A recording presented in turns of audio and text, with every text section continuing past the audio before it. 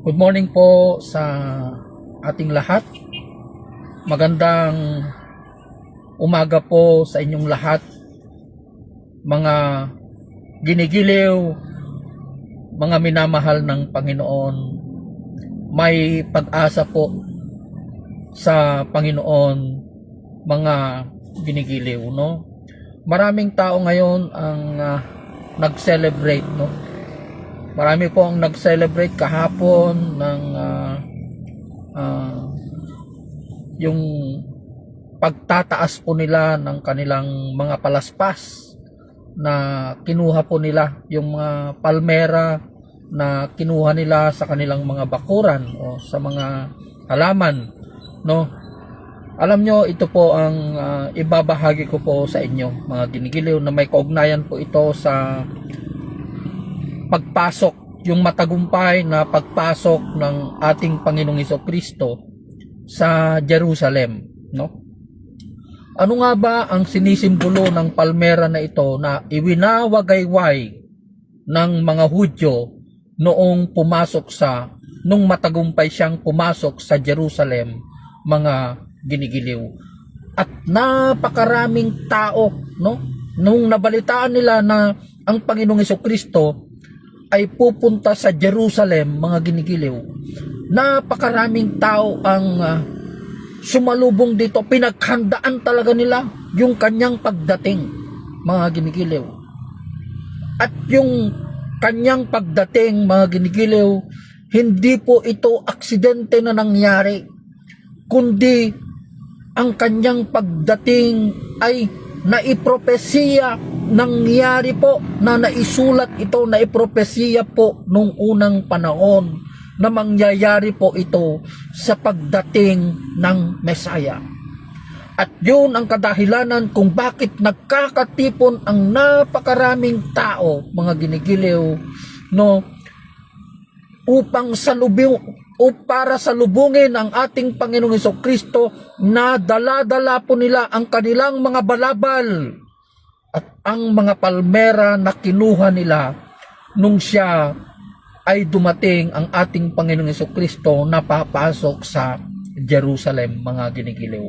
Ano nga ba ang sinisimbolo ng palmera at yung inilatag nila, mga ginigiliw, na tela doon sa dadaanan ng ating Panginoong Hesukristo, mga ginigiliw? Alam niyo, ang palmera na ito ay sumisimbolo ng parangal. Ito po ay isang pagpaparangal sa ating Panginoong Hesukristo, no? Ibig sabihin, kinikilala nila na siya ang dumating na Mesaya, na siya ang Kristo. Ito ay isang pagpapakita ng pagsamba.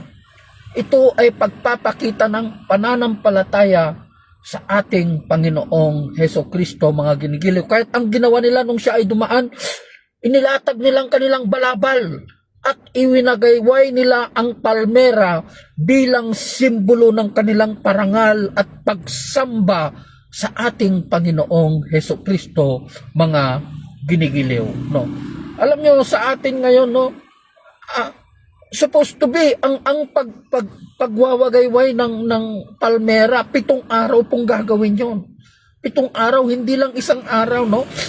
Yung practice po, yung ginagawa ng mga Hudyo nung unang panahon, mga ginigiliw, 7 araw po nilang ginagawa yan. Yun ang sinasabi niya po dito sa Leviticus. Kung babasahin po natin dito sa Leviticus, ang sinasabi niya po dito sa Leviticus, babasahin ko po para alam po natin kung ano ang ibig sabihin ng iwinawagayway na palmera, no? Ang sabi niya dito sa Leviticus 23:40, no? Ang sabi niya po dito, sa unang araw, pipitas kayo ng mabubuting bungang kahoy.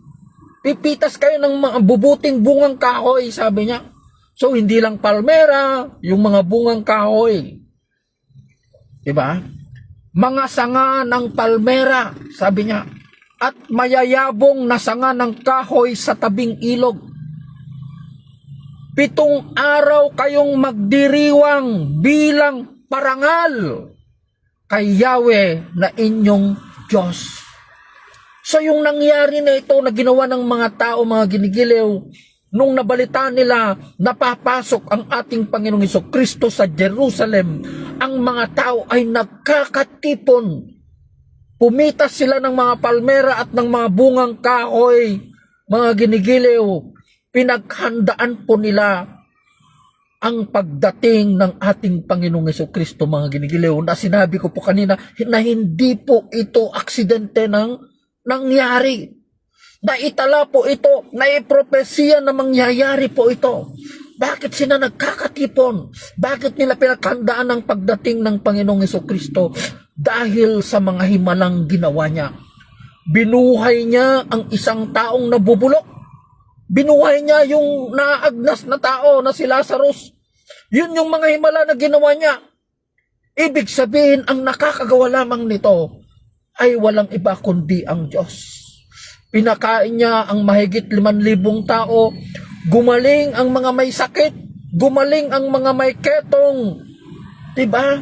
Yun ang ginawa niya. Yun yung mga himala. Nagpapatunay, mga ginigiliw, na nasa kanya ang pagka-Diyos ng Diyos, mga ginigiliw.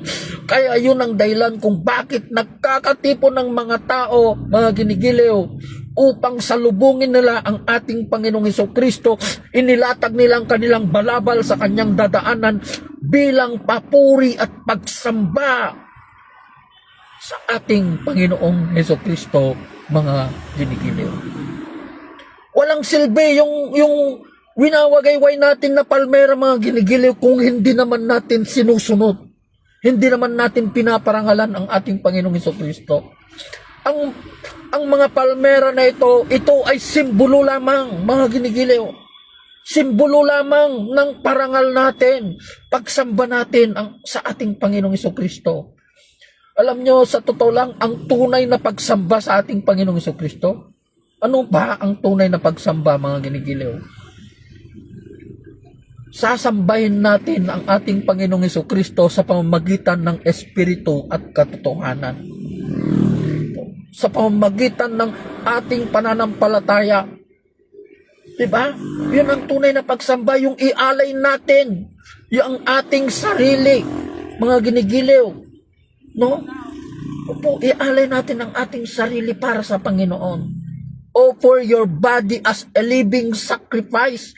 Yun ang tunay na pagsamba, yung pagsunod sa utos ng Panginoon.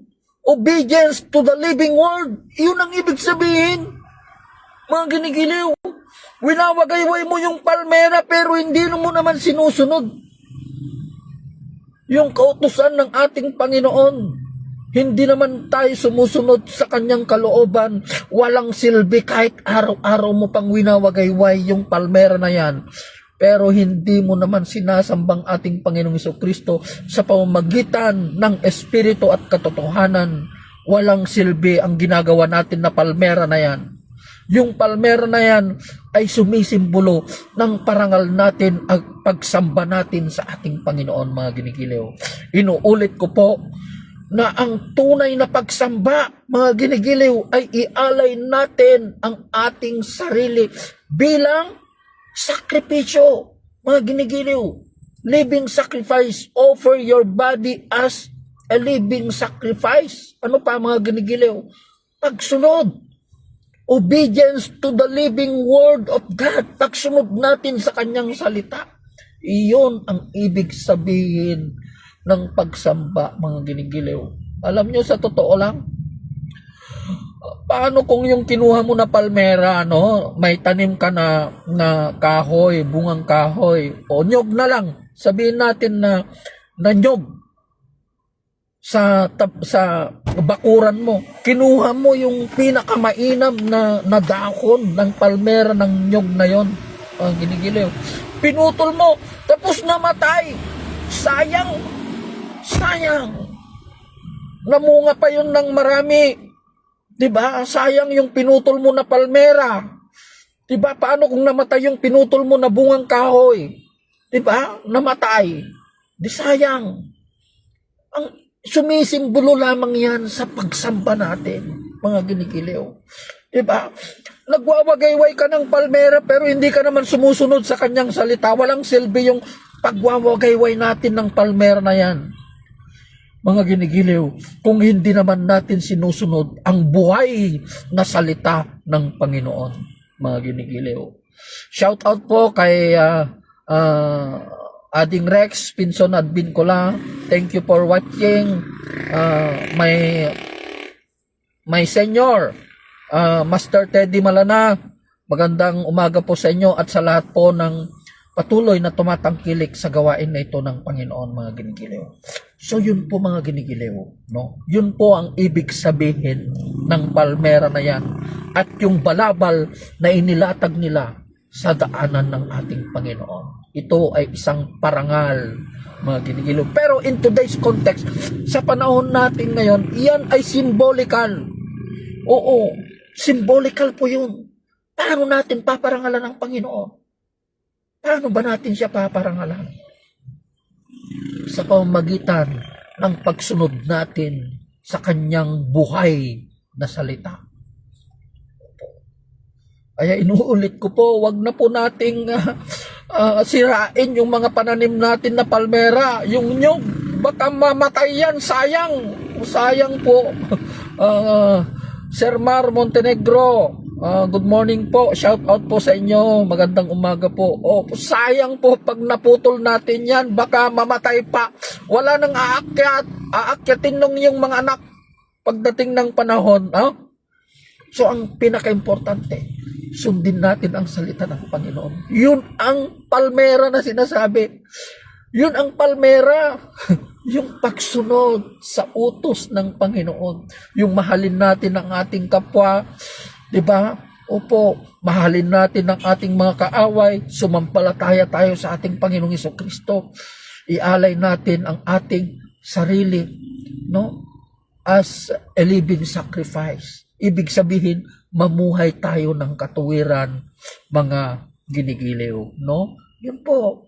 Sana walang silbi yung palmera na yan kung hindi naman natin sinusunod ang buhay na salita ng Panginoon, mga ginigiliw. So I hope you are being inspired, mga ginigiliw, no? Agyaman na kada kayo nga tultuloy nga dingdingig iti dayto nga ramid ti Apo. Kastamog kini sa Master Teddy Malana. Agtultuloy tayo when agyaman na Master Manong sakbay nga ilipas ko daytoy agkararag tayo nga rod, no? Agyaman na kapo. Thank you, Lord. Salamat, Panginoon, sa mga salitang ipinahayag mo muli, Panginoon, sa amin sa umagang ito, Panginoon Lord God. Lord, wala man po kaming palmera ngayon, Panginoon Lord God, pero ang pinakamahalaga sa lahat, as you have said in your word, Panginoon, na ialay po namin ang aming sarili bilang sakripisyo po, Panginoon, offer our body as a living sacrifice, Panginoon. Yun po ang tunay na pagsamba, Panginoon, Heavenly Father, at yung pagsunod po namin, obedience to the living word, pagsunod po namin, Panginoon, sa iyong buhay na salita, Panginoon Lord God, Heavenly Father, Lord. Walang silbi na iwinawagayway po namin, inilalatag po namin, Panginoon, ang mga balabal po namin, pero hindi naman po kami sumusunod sa iyong kalooban, Panginoon Lord God. Walang silbi ang mga ginagawa namin na ito, Panginoon Lord God, Heavenly Father, kung hindi naman po kami sumusunod sa inyo, Panginoon Lord God, Heavenly Father, Lord. Lord, salamat at sa mga nakikinig at nanonood po sa gawain na ito, Panginoon Lord God, Heavenly Father, ingatan niyo po ang kanilang buhay, pagpalayan niyo po sila, kay Master Teddy Malana, Heavenly Father, at sa lahat po ng nanonood sa oras na ito, Panginoon, pagpalain niyo po sila, Panginoon Lord God, Heavenly Father, ingatan niyo po ang kanilang buhay, ang kanilang pamilya, Heavenly Father, Lord. Salamat, Panginoon. Itinataas ko pang yung pangalan sa oras na ito. In Jesus' mighty name. Amen. God bless po. Maraming salamat po sa panonood. Pagpalain po kayo ng Panginoon. God bless everyone.